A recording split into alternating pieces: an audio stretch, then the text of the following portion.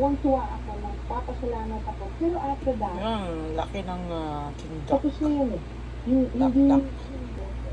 dapat, kung sino man ang kukuha sa akin o parating sa akin. Yun, so chinap-chap-chap-chap ko na. Hindi ako marunong mag-butcher, pero pinag-chap-chap-chap ko na in my own ways. So, gawin kong adobo ito.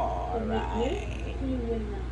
Then after that, iprito ko na lang kung alin ang iprito ko. Okay, so ready na itong pang-adobo kong duck. Andyan lahat na yung mga ingredients, nakalagay na lahat. Ihalo-halo-halo ko na lang and then ilagay sa aking lutuan.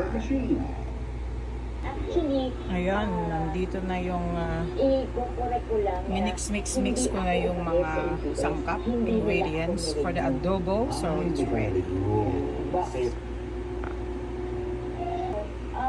Baka kasi ito yung panahon na parang ako yung nasisi na hindi kumita yung Wow, sarap.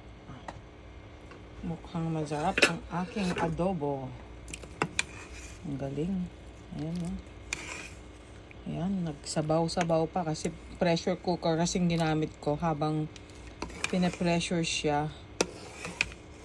So, yung sabaw niya nagiging ayun, yung sabaw. Wow, ang sarap. Hindi ko na kailangan iprito to. Okay na yan. Yan.